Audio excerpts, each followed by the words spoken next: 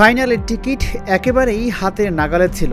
পাকিস্তানকে ১৩৬ রানে আটকে দেওয়ার পর দুবাই আন্তর্জাতিক ক্রিকেট স্টেডিয়ামে বাংলাদেশের ড্রেসিং রুমে জয়ের স্বপ্নই বাজছিল, কিন্তু সেই সহজ সমীকরণও শেষ পর্যন্ত গিলে খেল চিরচেনা ব্যাটিং ব্যর্থতা।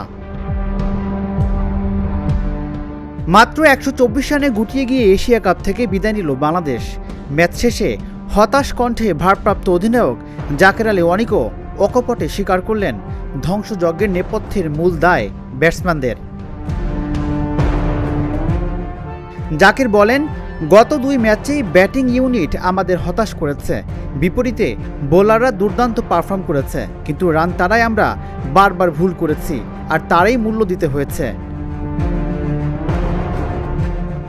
লিটন দাসের অনুপস্থিতিতে প্রথমবারের মতো জাতীয় দলের নেতৃত্ব দেওয়া জাকেরের জন্য অভিষেকটা সুখকর হয়নি।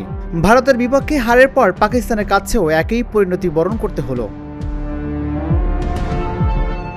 তবে অধিনায়কত্বের অভিজ্ঞতা নিয়ে তিনি বলেন, এটা কঠিন ছিল, তবু আমি সুযোগগুলো কাজে লাগানোর চেষ্টা করেছি।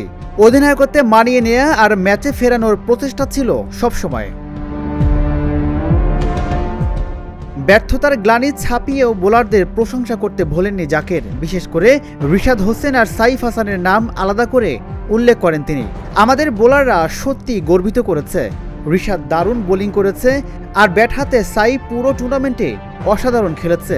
দুর্ভাগ্যজনকভাবে আমরা তাকে যথেষ্ট সমর্থন দিতে পারিনি।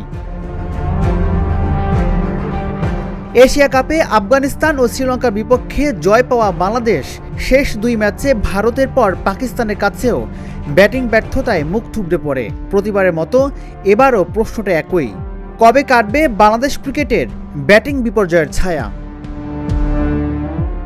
রাজিবুল ইসলাম, ঢাকা জার্নাল।